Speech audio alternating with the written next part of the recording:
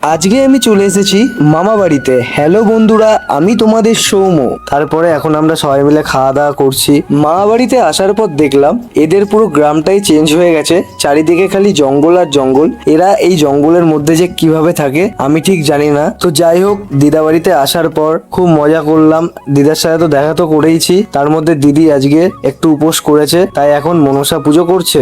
সত্যি কথা বলতে বন্ধুরা, আমার মামা বাড়িতে সেরকম যাওয়া হয় না। 1.5 বছর পর আজকে আমি মামা বাড়িতে পা রাখলাম। আর আসার একটাই কারণ, দিদার খুবই শরীর খারাপ, সেই কারণে দিদাকে আজকে আমরা সবাই মিলে দেখতে এসেছি। তার মধ্যে দেখছিলে এমনি আকাশের অবস্থা খুব খারাপ ছিল। আমিও ভাবছিলাম বৃষ্টি হবে হবে, মুখের কথা মুখেই থাকলো, বৃষ্টিও চলে আসলো। তাই আমি ছাতা নিয়ে আবার একটু বেরিয়ে পড়লাম এই গ্রামটা ঘোরার জন্য।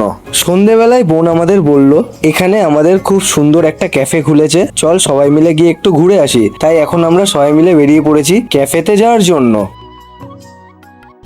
আর তোমাদের কাছে আমি একটাই রিকোয়েস্ট করছি, এরম ভাবে সাবস্ক্রাইব তুলে নিও না। আমি চেষ্টা করছি ডেলি ভিডিও আপলোড করার, হয়তো হচ্ছে না, কিন্তু আমি এবার কথা দিলাম ডেলি আমি ভিডিও আপলোড করব। চলো টাটা।